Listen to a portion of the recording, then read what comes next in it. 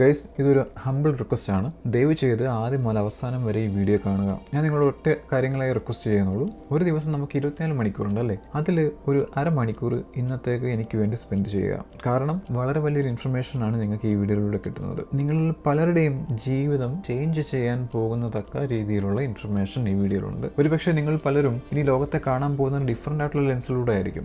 100% ഷുവറാണ് നിങ്ങളിൽ പലരും ഒരു ബിറ്റ് കോയിനറായി മാറാനുള്ള ചാൻസസ് വളരെ കൂടുതലാണ്. എന്താണ് ബിറ്റ് കോയിൻ എന്നുള്ള കാര്യം കൂടുതൽ നിങ്ങൾ അറിയും. അതുകൊണ്ട് ഇനി ഒരിക്കലും പലർക്കും, നിങ്ങൾ ചിലർക്കെങ്കിലും ഒരിക്കലും ഒരു തിരിച്ചുപോക്കിനി ഉണ്ടാകില്ല പഴയ ലോകത്തിലേക്ക്. ഓക്കെ, അതുകൊണ്ട് ദയവ് ചെയ്ത് ആദ്യം മുതൽ അവസാനം വരെ കാണുക. ഇതൊരു ഇൻഫർമേറ്റീവ് ആയിട്ടുള്ള വീഡിയോ ആണ്. ബോറിംഗ് ആയിരിക്കും, ഓഫ് കോഴ്സ്. എൻ്റർടൈൻമെൻറ്റിംഗ് ആയിട്ടുള്ള കണ്ടൻറ്റുകൾ ഇതിനകത്തൊന്നുമില്ല.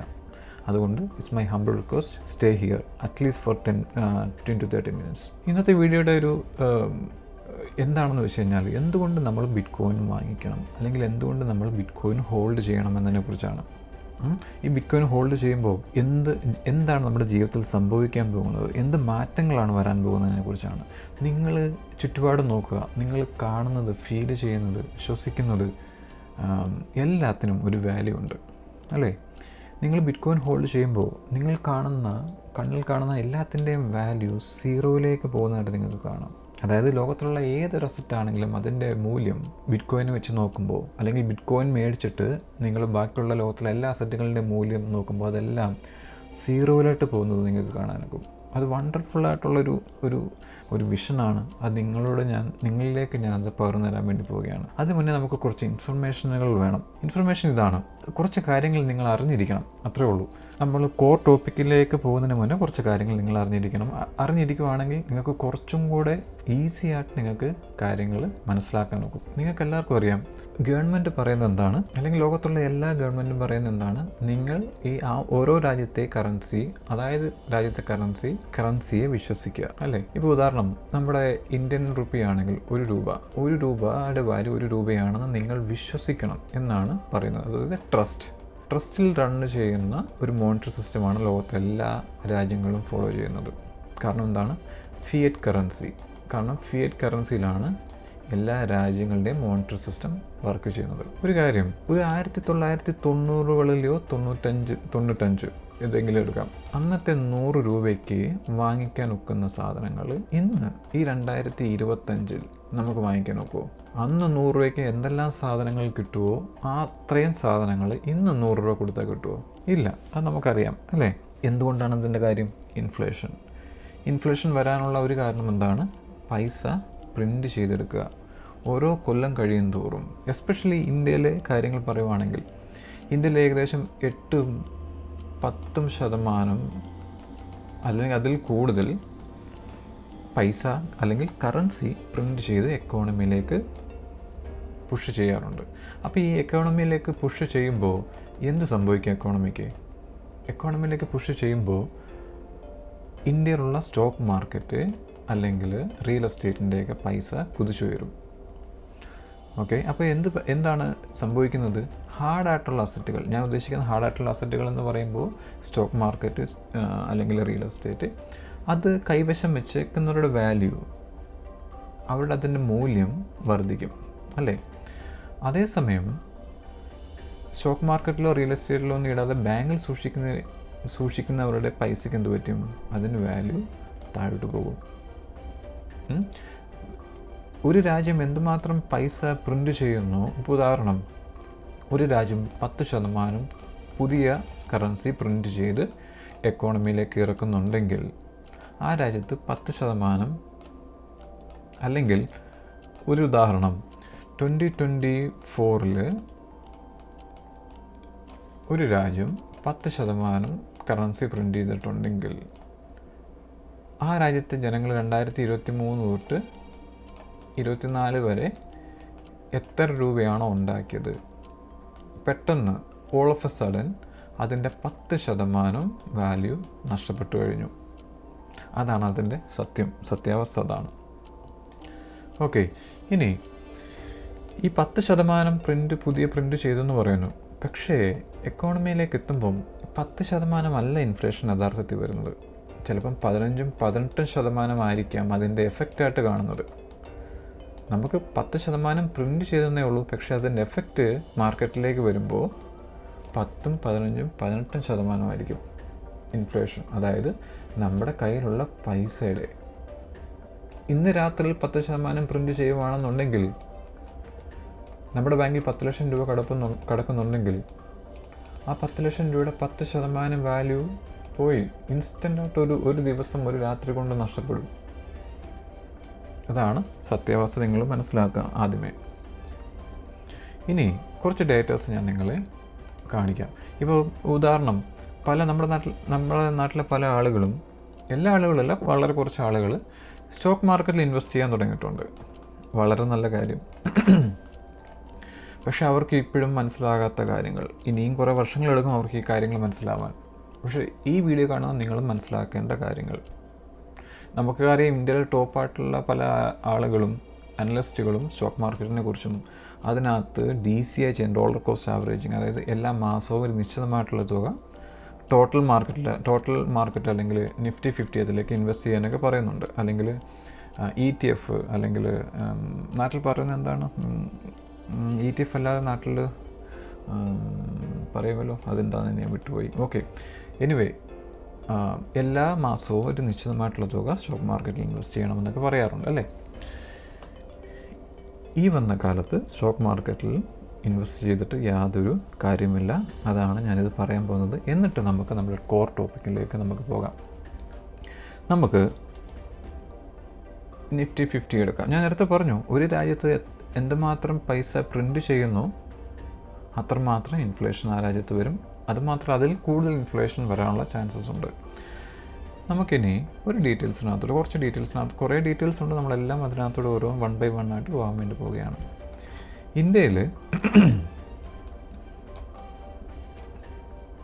ഇന്ത്യയിലായാലും ലോകത്തെവിടെ ആണെങ്കിലും US കാര്യം നമ്മൾ പറയുന്നുണ്ട്, ഇന്ത്യയിലെ കാര്യങ്ങൾ നമ്മൾ പറയുന്നുണ്ട്, മിക്സ് ചെയ്താണ് നമ്മൾ പോകുന്നത്. M2 മണി എന്താണ്? ഇത് നിങ്ങൾക്ക് ഇവിടെ കാണാൻ ലെഫ്റ്റിൽ ഇന്ത്യ മണി സപ്ലൈ M2 മണി എന്താണെന്ന് പറഞ്ഞു കഴിഞ്ഞാൽ, ഇന്ത്യയിൽ പുതിയതായിട്ട് പ്രിൻ്റ് ചെയ്യുന്ന കറൻസിയുടെ എണ്ണം, എക്കോണമിയിലേക്ക് കൊടുക്കുന്ന കറൻസിയുടെ എണ്ണത്തിനെയാണ് M2 മണി എന്ന് പറയുന്നത്. നിങ്ങൾക്കിവിടെ കാണാം, 2023 തൊട്ട് 2024 ജാനുവരി വരെ ഇന്ത്യയിൽ 5.7% എക്സ്ട്രാ മണി പ്രിൻ്റ് ചെയ്തു 2024. 2023 നിങ്ങൾക്ക് ഇവിടെ കാണാം കേട്ടോ, ലെഫ്റ്റ് സൈഡിൽ ടോപ്പിൽ ഇവിടെ കാണാൻ നോക്കും. അപ്പോൾ ഓരോ ഡോട്ടും ഓരോ ഇയറാണ്. അപ്പോൾ 2023 9.8% കൂടുതൽ പ്രിൻ്റ് ചെയ്തു. 2022 9%, 2021 11%, 2020 19, 19 13%, 18 15, 43, അങ്ങനെ പോകുന്നുണ്ട്. നിങ്ങൾ ഇവിടുന്ന് കണ്ടോ, 91 മുതൽ പൈസ പ്രിൻ്റ് ചെയ്യുന്നത് കുറയുന്നില്ല, കൂടുന്നതേ ഉള്ളൂ. നമ്മൾ ഈ കാണുന്ന ഒരു ഡിപ്പ് എന്താണെന്ന് പറഞ്ഞു കഴിഞ്ഞാൽ, നമ്മൾ 2000-ൻ്റെയും 1000-ൻ്റെയും 500-ൻ്റെയും ആണെന്ന് തോന്നുന്നു നോട്ട് നിരോധനം ഉണ്ടായല്ലേ, അതിൻ്റെയാണ്. അതിനുശേഷം എന്ത് പറ്റി, വീണ്ടും പ്രിൻ്റ് ചെയ്ത് പുതിയത് പ്രിൻ്റ് ചെയ്ത് വീണ്ടും പോകുന്നുണ്ട്. അതിങ്ങനെ പോയിക്കൊണ്ടേയിരിക്കും. It will never end. Okay, അതുകൊണ്ട് തന്നെ ഇൻഫ്ലേഷനും ഒരിക്കലും എൻഡ് ചെയ്യുന്നില്ല. അപ്പോൾ ഇന്ത്യയുടെ ഇൻഫ്ലേഷൻ വെച്ച് നോക്കുമ്പോൾ, ഇപ്പോൾ ഒരു ഉദാഹരണം, കഴിഞ്ഞൊരു കൊല്ലം 5% അല്ലെങ്കിൽ 9% പുതിയത് പ്രിൻ്റ് ചെയ്തിട്ടുണ്ടെങ്കിൽ ആ രാജ്യത്തെ ഇൻഫ്ലേഷൻ എന്ന് പറയുന്നത് 12, 14, 15% എൻ്റെ ഒരു കാൽക്കുലേഷൻ പ്രകാരം, എൻ്റെ പേഴ്സണലായിട്ടുള്ള ഒപ്പീനിയനാണ്, ഇന്ത്യയിൽ ഏകദേശം 12, 14, 15% ഇൻഫ്ലേഷൻ വർഷം. അതായത് 15, 12% വളർച്ചയാണ്. അല്ലെങ്കിൽ വളർച്ചയല്ല, നിങ്ങൾ മേടിക്കുന്ന സാധനങ്ങളുടെ വില കുതിച്ചുയരുന്നത് 12, 13% ഓരോ കൊല്ലവും. നിങ്ങൾക്ക് എല്ലാ മാസവും ഇന്ത്യ CPI ഡേറ്റ പുറത്തുവിടുന്നുണ്ട്, നിങ്ങൾക്കത് ചെക്ക് ചെയ്യാം സംശയമുണ്ടെങ്കിൽ. ഓക്കെ, ഞാൻ ആ CPI ഡേറ്റ ഈ ഒരു വീഡിയോയിൽ ഞാൻ ഉൾപ്പെടുത്തുന്നില്ല, വീണ്ടും നമ്മുടെ സമയം പോകും. അതുകൊണ്ട് തന്നെ എനിക്കൊരു 15-30 മിനിറ്റിനുള്ളിൽ തന്നെ ഇത് നിർത്തണം. അപ്പം ഇന്ത്യയിൽ മാത്രമല്ല, ഇത് നോക്കുക, ഇത് US-ലെയാണ്. US-ൽ എങ്ങനെയാണെന്ന് നോക്കിയേ, 3% ഇന്ത്യയിലേക്ക് പ്രിൻ്റ് ചെയ്യുന്നത് കുറച്ചു. ഇന്ത്യയിൽ 2023 ഇൻഫ്ലേഷൻ കൂടുതൽ കാരണം 22 മുതലും അങ്ങനെ കുറച്ചിരിക്കുന്നു. 21 എത്ര, 12%, 24%, 6%, 3, 4, 6 അങ്ങനെ പോയിക്കൊണ്ടിരിക്കുന്നു. US-ൽ ഏകദേശം 7-8% മുകളിൽ ഇൻഫ്ലേഷൻ ഉണ്ട്. പറഞ്ഞ് മനസ്സിലാവുന്നുണ്ടോ? അപ്പോൾ ഞാൻ പറഞ്ഞു വന്നതിൻ്റെ അർത്ഥം എന്താണെന്ന് പറഞ്ഞു കഴിഞ്ഞാൽ, നമ്മുടെ നിഫ്റ്റി 50 എടുക്കുക. നിഫ്റ്റി 50 എടുക്കുമ്പോൾ നിഫ്റ്റി 50യുടെ രസകരമായ കാര്യം എന്താണെന്ന് പറഞ്ഞു കഴിഞ്ഞാൽ, നിഫ്റ്റി 50 ആവറേജ് ആനുവൽ കഴിഞ്ഞ 10 കൊല്ലത്തെ ആവറേജ് ആനുവൽ ഗ്രോത്ത് എടുക്കുകയാണെങ്കിൽ 13% ഉള്ളൂ ആവറേജ് ആനുവൽ ഗ്രോത്ത്. പക്ഷേ നമ്മുടെ ഇന്ത്യയുടെ നമ്മുടെ ഇന്ത്യയിലെ ഇൻഫ്ലേഷൻ എന്ന് പറയുന്നത് 12-13% അത്രയും വരും. അപ്പോൾ നിങ്ങൾക്ക് നിഫ്റ്റി 50 ഇടുക എന്ന് പറയുന്നത് നേരത്തെ പറഞ്ഞ പോലെ നിങ്ങളൊരു 100 രൂപ ഉണ്ടാക്കുകയാണെന്നുണ്ടെങ്കിൽ 100 രൂപ നിങ്ങൾക്ക് ഉണ്ടാക്കി. നിങ്ങൾ ഈ 100 രൂപ ഉണ്ടാക്കാൻ നിങ്ങളുടെ എനർജി സ്പെൻഡ് ചെയ്തു അല്ലേ? എനർജി സ്പെൻഡ് ചെയ്തിട്ടുണ്ട്, ടൈം സ്പെൻഡ് ചെയ്തിട്ടുണ്ട്. ഇത് രണ്ടും തിരിച്ച് കിട്ടുന്ന സാധനമല്ല. പക്ഷെ നമുക്ക് എന്ത് തിരിച്ച് കിട്ടി? ഒരു ബ്ലോക്കായിട്ട് ഒരു 100 രൂപ തിരിച്ച് കിട്ടി. ഈ 100 രൂപ ഇനി 2025 നമ്മൾ ഉണ്ടാക്കിയ ഈ 100 രൂപ 2030 ഇതേ വാല്യൂ റീറ്റെയിൻ ചെയ്യുമോ? അല്ലെങ്കിൽ അതിൻ്റെ അർത്ഥം ഇതേ വാല്യൂ കാണുമോ? ഈ 100 രൂപയുടെ ഇതേ വാല്യൂ കാണുമോ 2030, അതായത് 5 കൊല്ലത്തിന് ശേഷം? ഒരിക്കലുമില്ല. 60% മുകളിൽ ഈ 100 രൂപയുടെ വാല്യൂ 5 കൊല്ലത്തിനുള്ളിൽ ഇതേ രീതിയിൽ പോവുകയാണെന്നുണ്ടെങ്കിൽ ഇതിൻ്റെ വാല്യൂ നഷ്ടപ്പെടും. അതിന് അർത്ഥം ഈ 100 രൂപ എന്ന് പറയുന്നത് എഴുതി വെച്ചേക്കുന്ന ന്യൂമറിക്കലായിട്ട് ആ നോട്ടിൻ്റെ മുകളിലുള്ളതേ ഉള്ളൂ, പക്ഷെ വാല്യൂ അതിനില്ല. അപ്പോൾ നിങ്ങൾ ഈ 100 രൂപ എടുത്ത് നിഫ്റ്റി 50 ഇടുകയാണെന്നുണ്ടെങ്കിൽ, അതായത് സ്റ്റോക്ക് മാർക്കറ്റിൽ ഇൻവെസ്റ്റ് ചെയ്യുകയാണെന്നുണ്ടെങ്കിൽ നിങ്ങളുടെ വാല്യൂ റീറ്റെയിൻ ചെയ്യുന്നതേ ഉള്ളൂ. അതായത് നിങ്ങളുടെ കഴുത്തോളം ഉണ്ട് വെള്ളം, നിങ്ങൾക്ക് ശ്വാസം എടുക്കാൻ നോക്കും, അത്രേ ഉള്ളൂ. അതായത് ഈ 2025 നിങ്ങൾക്ക് എന്തെല്ലാം സാധനം മേടിക്കാൻ നോക്കുമോ അതേ സാധനം തന്നെ നിങ്ങൾക്ക് 2030 മേടിക്കാം. പക്ഷേ നിങ്ങളോട് ഒരു കാര്യം ഓർക്കണം, നിങ്ങൾക്ക് വെൽത്തി ആകണമെന്നുണ്ടെങ്കിൽ, നിങ്ങൾക്ക് വെൽത്ത് ക്രിയേറ്റ് ചെയ്യണമെന്നുണ്ടെങ്കിൽ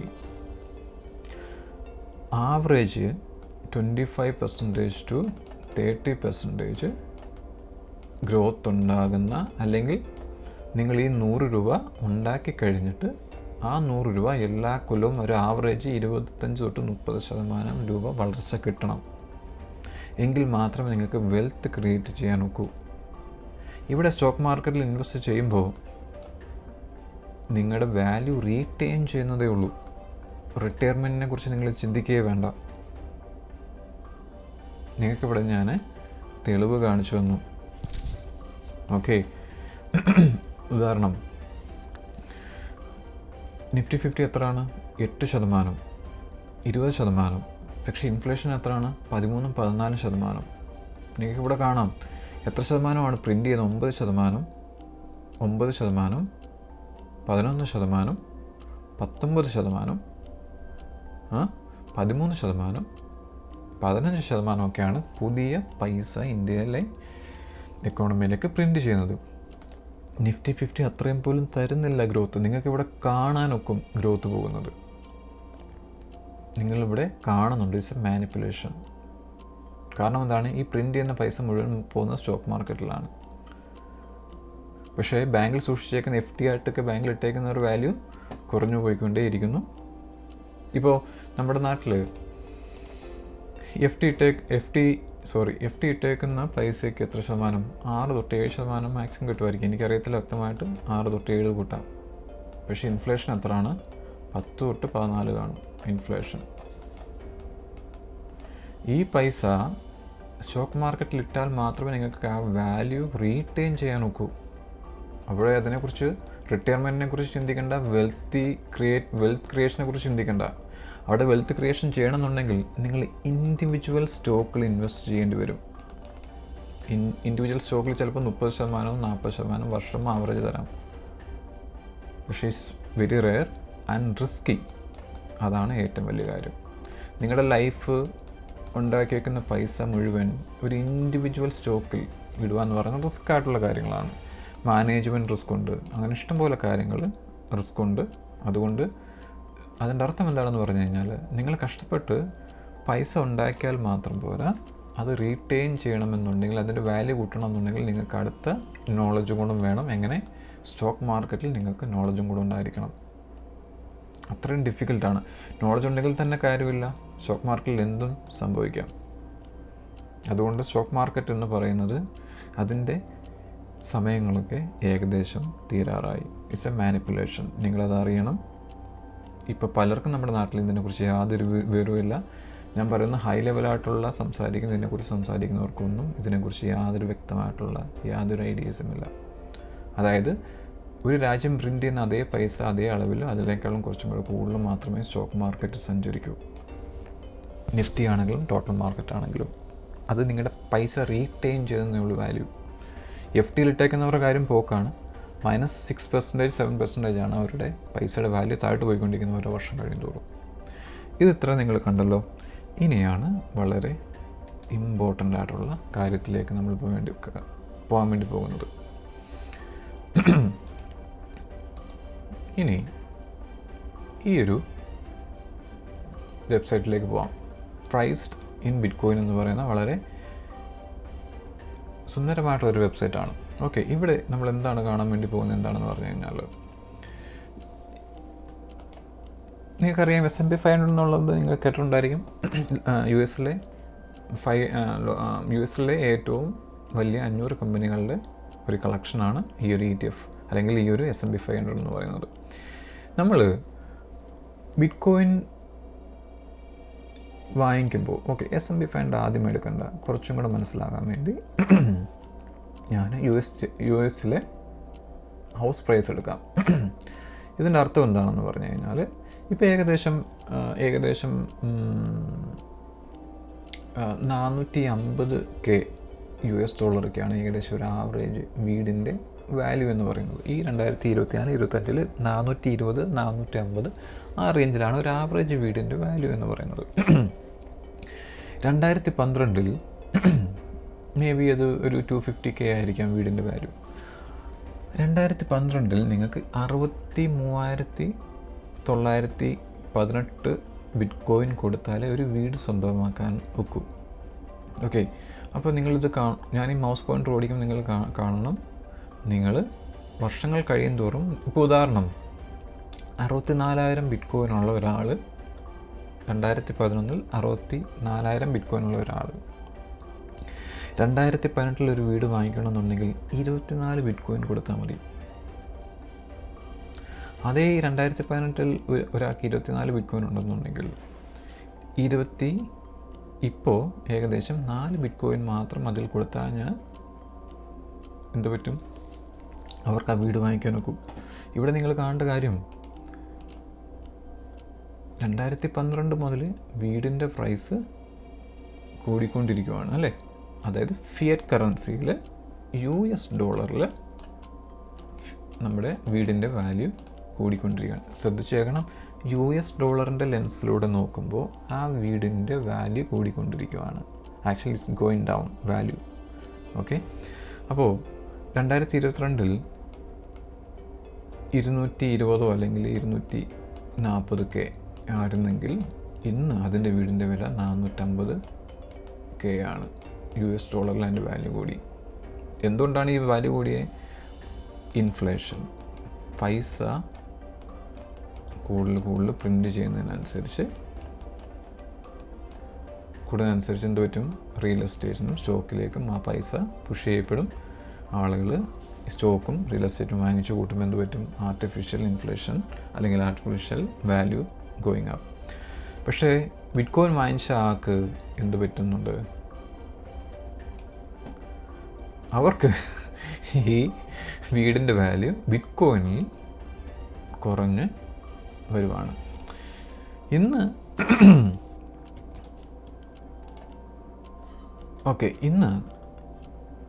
4 ബിറ്റ്കോയിൻ കൊടുത്തു കഴിഞ്ഞാൽ 450K അല്ലെങ്കിൽ 420K ഉള്ള ഒരു ആവറേജ് വീട് കിട്ടും. അപ്പോൾ 4 കൊല്ലം കൂടെ കഴിഞ്ഞാൽ ഒരു ബിറ്റ്കോയിനിൽ താഴെ കൊടുത്താൽ മതി.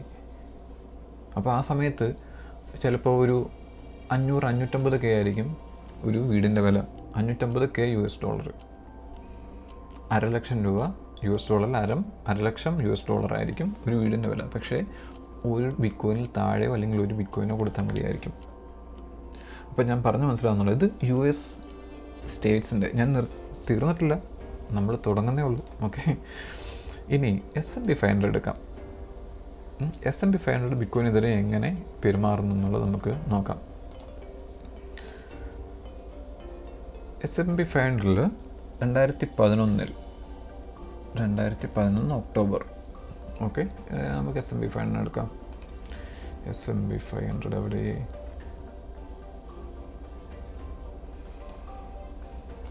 ഓക്കെ,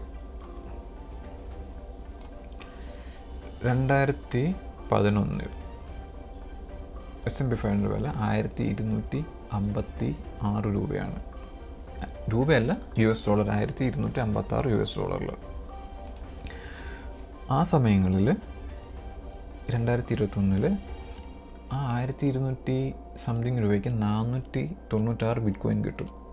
അതായത് ആ 1246 ഡോളറിന് 496 ബിറ്റ്കോയിൻ ഉണ്ട്. ഉദാഹരണം, ഒരാൾ 496 ബിറ്റ്കോയിൻ ഈ 1200 സംതിങ് ഡോളർ കൊടുത്തിട്ട് മേടിച്ചെന്നിരിക്കട്ടെ S&P 500 പകരം. അദ്ദേഹം 2013 ഡിസംബർ 2, 2013 S&P 500 ബിറ്റ്കോയിനെതിരെ വില ഇടിയുന്നത് എത്രയാണ്? 1.79 ബിറ്റ്കോയിൻ കൊടുത്തു കഴിഞ്ഞാൽ ഈ 2013 ഡിസംബറിൽ എത്രയായിരുന്നോ S&P 500 വില, അത് നിങ്ങൾക്ക് കിട്ടും. അപ്പോൾ ഉദാഹരണം 2013 പോകാം. ഇത് 2011, 2013. ഓക്കെ, US ഡോളറിൽ എന്ത് പറ്റി? വാല്യൂ കൂടി. പക്ഷേ ബിറ്റ്കോയിൻ 2013 $1.7 കൊടുത്താൽ മതി, അത്രയും രൂപയ്ക്ക് ഒരു ഷെയർ S&P 500 കിട്ടും. ഇനി 2017 ഒരു ബിറ്റ്കോയിൻ വേണ്ട, 0.16 ബിറ്റ്കോയിൻ മതി 2017 കൊടുത്തു കഴിഞ്ഞാൽ. 2017 അവിടെ? 2017 എത്രയായി? 2685 രൂപയായി. 2017 എത്രയാണ് ബിറ്റ്കോയിൻ്റെ വില? 13,000 സംതിങ്. അപ്പോൾ 2017 S&P 500 ഒരു ഷെയർ വാങ്ങിക്കണമെന്നുണ്ടെങ്കിൽ 0.16 ബിറ്റ്കോയിൻ കൊടുത്തു കഴിഞ്ഞാൽ ഒരു ഷെയർ കിട്ടും. ഇപ്പോഴെന്താണ് അവസ്ഥ? 0.05% അല്ലേ? 0.05%. അതിപ്പോൾ സാറ്റ്സിലിട്ട് കഴിഞ്ഞാൽ കാണാനൊക്കും. ഒന്നും കൂടെ നിങ്ങൾക്ക് വ്യക്തമാവും.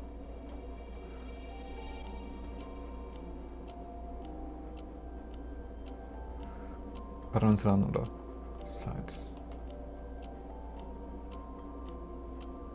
ഓക്കെ, എത്ര സാറ്റ്സ് കൊടുക്കണം?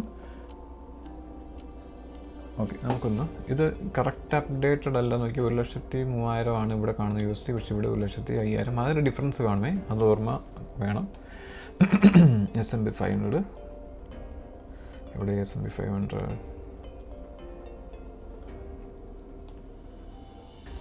Okay, 6,100 USD to BTC. എത്ര കൊടുക്കണം? 0.058. ഇത്രയും സതോഷി കൊടുത്താൽ 6,100 രൂപയ്ക്ക് ഒരു ഇത് കിട്ടും. ഒരു എന്താണ് S&P 500 ഒരു ഷെയർ കിട്ടും. അപ്പോൾ ഒന്ന് ആലോചിച്ച് നോക്കിയേ, ഇവിടെ എത്രയാണ് കാണിച്ചേക്കുന്നത്? ചെറിയ വ്യത്യാസമുണ്ട്, ഞാൻ പറഞ്ഞ പോലെ ഈ പ്രൈസിൻ്റെ വ്യത്യാസം കാരണം. അപ്പോൾ എന്താണ് പറഞ്ഞ് മനസ്സിലാവുന്നുള്ളൂ ഞാനീ പറയുന്നത്? അത്രയും പൈസ കൊടുത്താൽ മതി.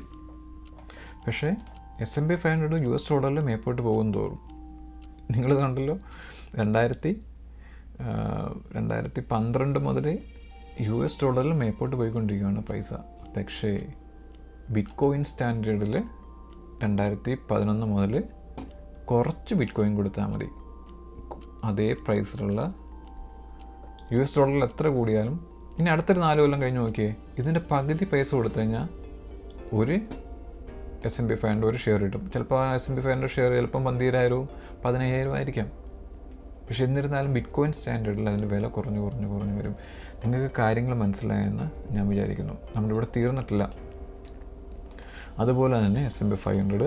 ഇപ്പം ഗോൾഡ് എടുക്കാം. നിങ്ങൾക്ക് എല്ലാവർക്കും അറിയാം ഗോൾഡ് അല്ലേ? ഇപ്പോൾ ഗോൾഡ് വെച്ച് നോക്കുവാണെങ്കിൽ സാറ്റ്സിലിടാം. അപ്പോൾ നമ്മൾ വ്യക്തമായിട്ട് നമുക്ക് നേരെ വീണ്ടും സാറ്റ്സിലേക്ക് പോകാം. 2011 ഗോൾഡ് വാങ്ങിക്കണമെന്നുണ്ടായിരുന്നെങ്കിൽ 532 ബിറ്റ്കോയിൻ കൊടുത്താലേ ഒരു ഗോൾഡ് കിട്ടൂ. ഇപ്പോൾ ഗോൾഡിൻ്റെ പ്രൈസ് ഇവിടെ എത്രയാണ്? ഗോൾഡിൻ്റെ പ്രൈസ് എത്രയാണ് ഇവിടെ? ഓക്കെ, ഇപ്പോൾ ഗോൾഡിൻ്റെ പ്രൈസ് $2771 അല്ലേ? ഇവിടെ പറയുന്നത് എന്താണ്?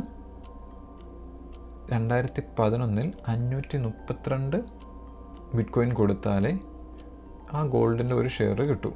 ഇപ്പോൾ ഉദാഹരണം 2011 എത്രയാണ് അതിൻ്റെ വില? 2011 ഏകദേശം 1400-1500 രൂപ.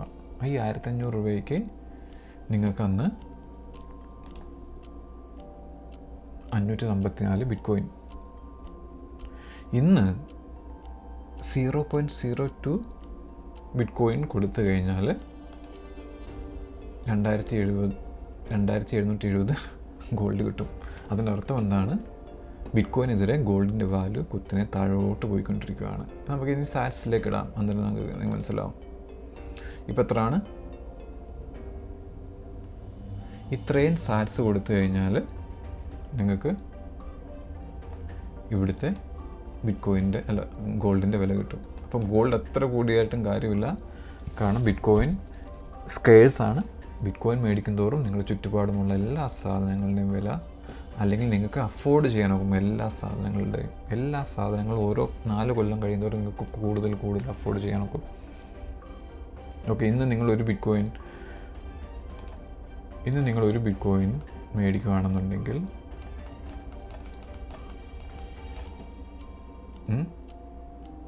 ഒരു 4 കൊല്ലം കഴിഞ്ഞ് ഈ ഒരു ബിറ്റ്കോയിന് നിങ്ങൾക്ക് ഇന്ന് എന്തൊക്കെ മേടിക്കാൻ ഒക്കുമോ 4 കൊല്ലം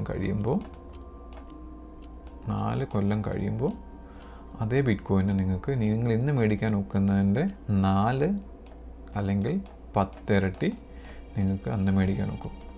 അതായത് ഈ ബിറ്റ്കോയിൻ്റെ 10-15% മാത്രം നിങ്ങൾക്ക് സ്പെൻഡ് ചെയ്ത് കഴിഞ്ഞാൽ 4 കൊല്ലം കഴിഞ്ഞ് അതേ സാധനം നിങ്ങൾക്ക് മേടിക്കാൻ ഒക്കും. ബാക്കി 80% അല്ലെങ്കിൽ 90% ബിറ്റ്കോയിൻ നിങ്ങൾക്ക് കീപ്പ് ചെയ്യാം. പക്ഷേ ഞാനത് പറഞ്ഞൊരു ഉദാഹരണമാണ്. You will never sell it scarce മണി.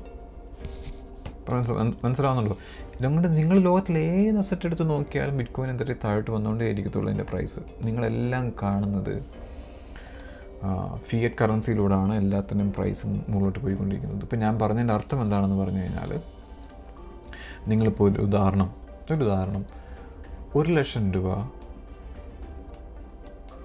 ലക്ഷം രൂപ നിങ്ങൾ ചിലവാക്കാൻ വേണ്ടി പോവാണ്. ഒരു ഐഫോൺ മേടിക്കാൻ വേണ്ടി നിങ്ങൾ 1 ലക്ഷം രൂപ ചിലവാക്കാൻ വേണ്ടി പോവാണ്. നിങ്ങളിനി ഈ രീതിയിൽ ചിന്തിച്ചു തുടങ്ങണം. നിങ്ങൾക്ക് ഈ 1 ലക്ഷം രൂപയ്ക്ക് 1 ലക്ഷം രൂപ എന്ന് പറയുന്നതാണ്, ഓക്കെ, അത് ഫിയറ്റ് കറൻസിയുടെ വേൾഡാണ് അല്ലേ? നിങ്ങളിനി ഈ 1 ലക്ഷം രൂപയ്ക്ക് എത്ര സാറ്റ്സ് നിങ്ങൾക്ക് മേടിക്കാൻ ഒക്കുമെന്ന് ചിന്തിക്കുക. 4 കൊല്ലം കഴിയുമ്പോൾ നിങ്ങൾക്ക് ഈ ഐഫോൺ നിങ്ങൾ എത്ര സാറ്റ്സ് ആണോ മേടിച്ചത് അതിൻ്റെ 10-15% കൊടുത്താൽ മാത്രം നിങ്ങൾക്കിത് കിട്ടും. അപ്പോൾ നിങ്ങൾ 1 ലക്ഷം രൂപ മുടക്കാൻ പോകുമ്പോൾ നിങ്ങൾ ആലോചിക്കണം, നിങ്ങൾ എന്തുമാത്രം സാറ്റ്സാണ് അനാവശ്യമായിട്ട് ചിലവാക്കാൻ ഇന്ന് പോകുന്നത്. അപ്പോൾ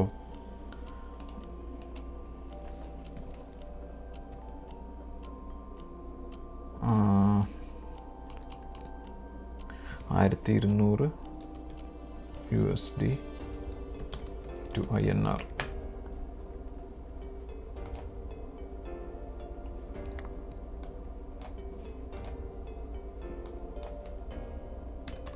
ഒരു ലക്ഷം എന്ന് പറയുന്നത് $1160 ആണ്.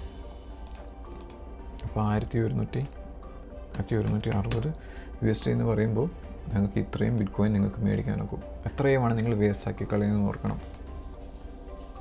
അപ്പോൾ 1160 കൊടുത്ത ഒരു ഐഫോൺ മേടിക്കുമ്പോൾ 4 കൊല്ലം കഴിയുമ്പോൾ നിങ്ങൾക്ക് ചിലപ്പം 116 രൂപയ്ക്ക് ഐഫോൺ മേടിക്കാൻ നോക്കും. ഇത്രയും സാറ്റ്സ് കൊടുത്താൽ മാത്രം മതിയായിരിക്കും. ഞാൻ പറഞ്ഞതിൻ്റെ അർത്ഥം മനസ്സിലാവുന്നുണ്ടോ? ഇനി കുറച്ച് കാര്യങ്ങൾ കാണിച്ചിട്ട് നമുക്ക് വീഡിയോ വൈൻഡപ്പ് ചെയ്യാം. ഇവിടെ നിങ്ങൾക്കറിയാം, ലോകത്തിലെ ഏറ്റവും വലിയ വലിയ സ്റ്റോക്കുകളാണ് എൻവിഡിയ അല്ലേ, ടെസ്ല, ആപ്പിള്, അങ്ങനെയുള്ള കാര്യങ്ങളൊക്കെ. ഇനി ബിറ്റ്കോയിൻ സ്റ്റാൻഡേർഡിൽ എൻവിഡിയയുടെ വില എന്താണെന്ന് നമുക്ക് നോക്കാം. ഓക്കെ, എൻവിഡിയ എന്താണ് ഇപ്പോൾ ഇങ്ങനെ കാണുന്നത്? എന്താണ് നോക്കി, ബിറ്റ്കോയിൻ നമ്മൾ നേരത്തെ കണ്ടതുപോലെ ബിറ്റ്കോയിൻ്റെ ചാർട്ടിൽ, ബിറ്റ്കോയിൻ സ്റ്റാൻഡേർഡിൽ എൻവിഡിയ വാല്യൂ താഴോട്ട് പോയിക്കൊണ്ടിരിക്കുകയാണ്. അതിനർത്ഥം എന്താണെന്ന് വെച്ച് കഴിഞ്ഞാൽ എൻവിഡിയയ്ക്ക് ഇപ്പോൾ എത്രയാണ്? ഒരു ഷെയറിൻ്റെ വില എന്ന് പറയുന്നത് $142. ആ $142 കൊടുത്തു കഴിഞ്ഞാൽ നിങ്ങൾക്ക് 1,335,745 സതോഷി കിട്ടും. അപ്പോൾ അടുത്ത 4 കൊല്ലം കഴിയുമ്പോൾ എന്ത് പറ്റും?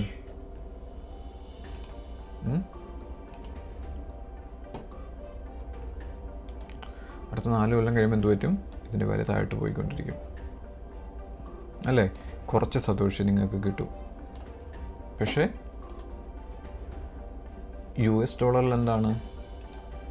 എൻവിഡിയ കുതിച്ചുയർന്നുകൊണ്ടിരിക്കുകയാണ്. പക്ഷേ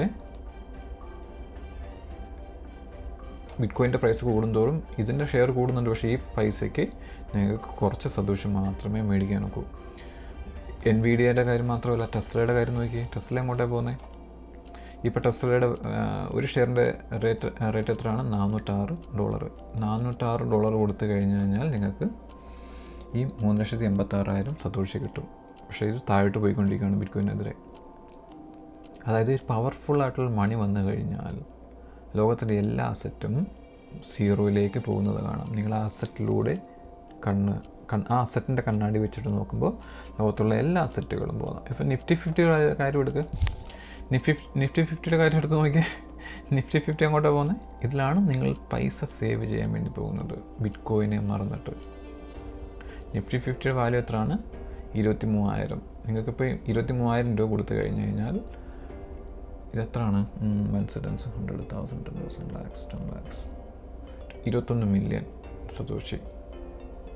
ഇത് 4 കൊല്ലം കൂടെ കഴിയുമ്പോൾ താഴോട്ട് പോകും.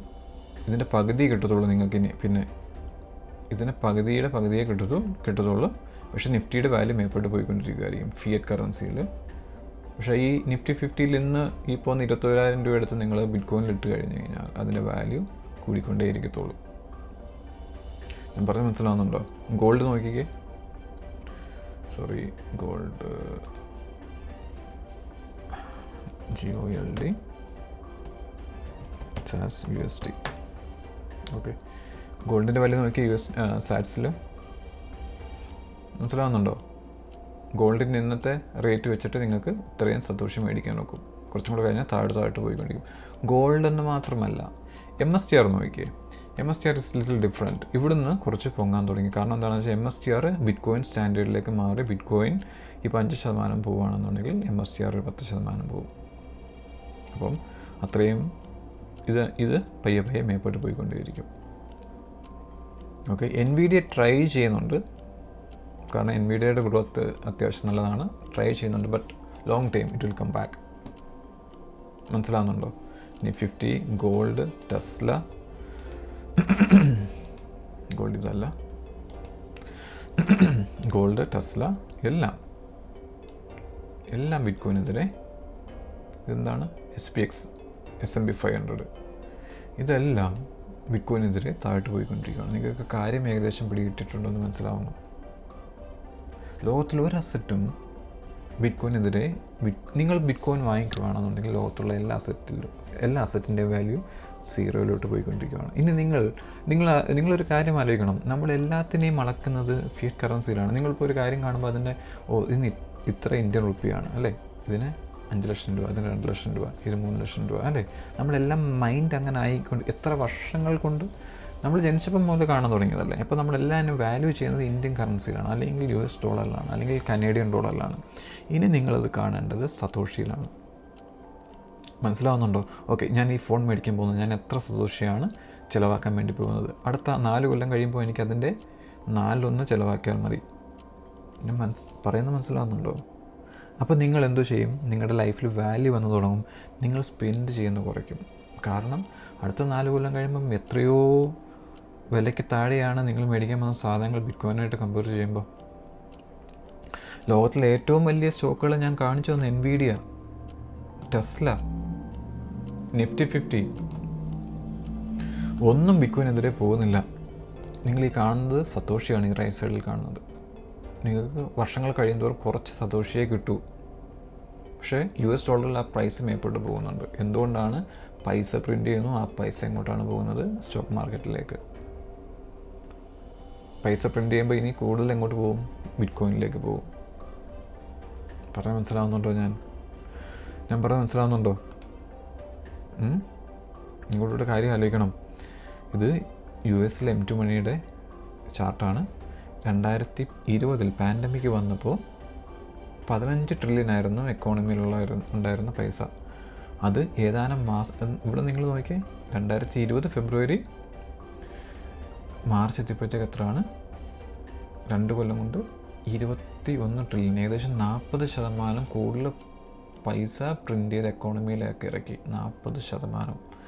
അപ്പോൾ അതായത് 2020 ഫെബ്രുവരി അല്ലെങ്കിൽ 2020 ജാനുവരി വരെ ആളുകളുടെ ബാങ്കിൽ എത്രയാണോ പൈസ ഇരുന്നത്, ആ പൈസയുടെ വാല്യൂ 40% കുറഞ്ഞു.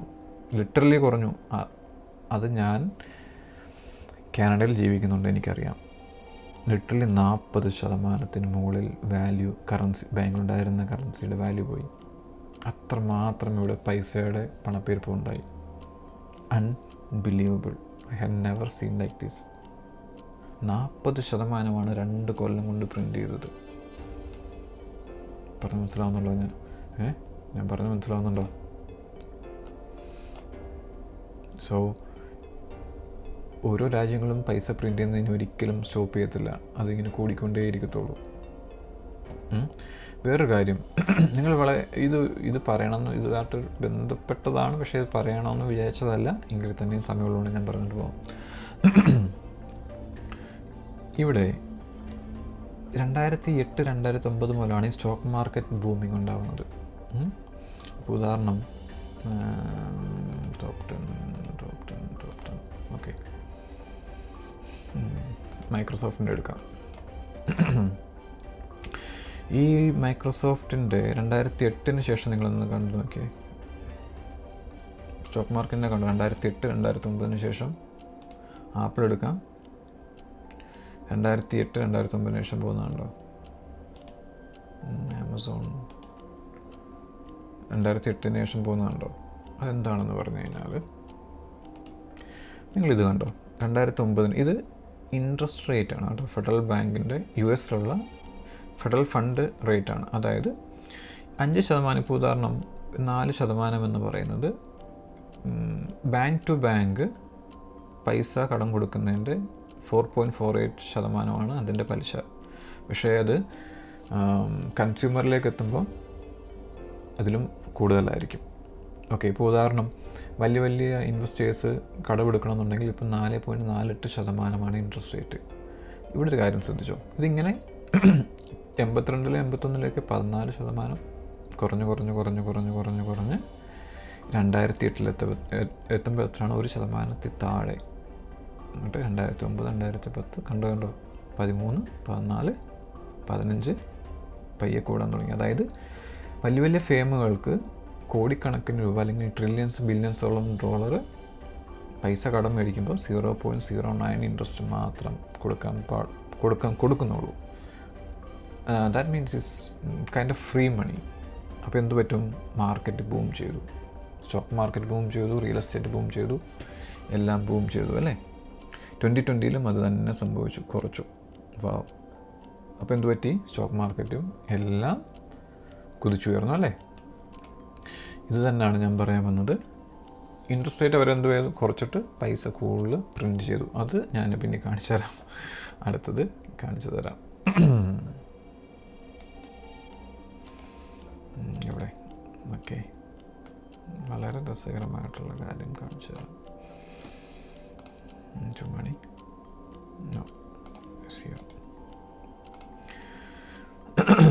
ഇവിടെ ഇത് നിങ്ങൾ കണ്ടോ? ഇവിടുത്തെ ഒരു പോക്ക് കണ്ടോ, ഒരു ഗ്രാജുവലാണ് അല്ലേ. 2008 ശേഷം കണ്ടോ മേപ്പോട്ടൊരു പോക്ക് പോയ. വാവ്, ഈ പൈസ എങ്ങോട്ട് പോയി?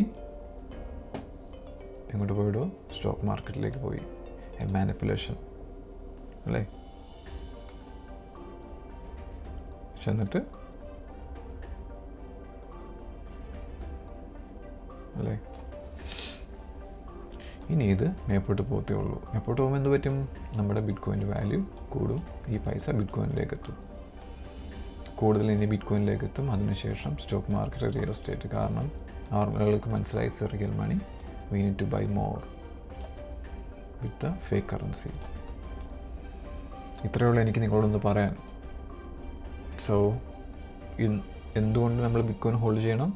ബിറ്റ് കോയിൻ വാങ്ങിച്ചു കഴിഞ്ഞാൽ ലോകത്ത് നിങ്ങൾ കാണുന്നതും തൊടുന്നതും ആയിട്ടുള്ള എല്ലാ സാധനങ്ങൾക്കും ബിറ്റ് കോയിനെതിരെ വാല്യൂ കുറഞ്ഞുകൊണ്ടേയിരിക്കും. പക്ഷേ ഫിയറ്റ് കറൻസിയിൽ നിങ്ങൾ നോക്കുവാണെങ്കിൽ അതിലെല്ലാത്തിൻ്റെ വാല്യൂ കൂടുന്നതായിട്ടിരിക്കും. Okay, it's a scarce money. 21 മില്യനേ ഉള്ളൂ.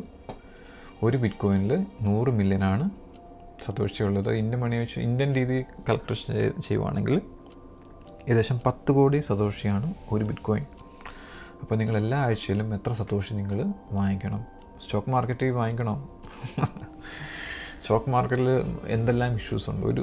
ഒരു കമ്പനി വാങ്ങിച്ച് നമ്മൾ സ്റ്റോക്ക് മാർക്കറ്റിൽ വാങ്ങിക്കുകയാണെന്നുണ്ടെങ്കിൽ ആ കമ്പനി എന്തെല്ലാം കാര്യങ്ങൾ സംഭവിക്കാം, എന്തെല്ലാം റിസ്ക്കുകളുണ്ട് കമ്പനിക്ക്.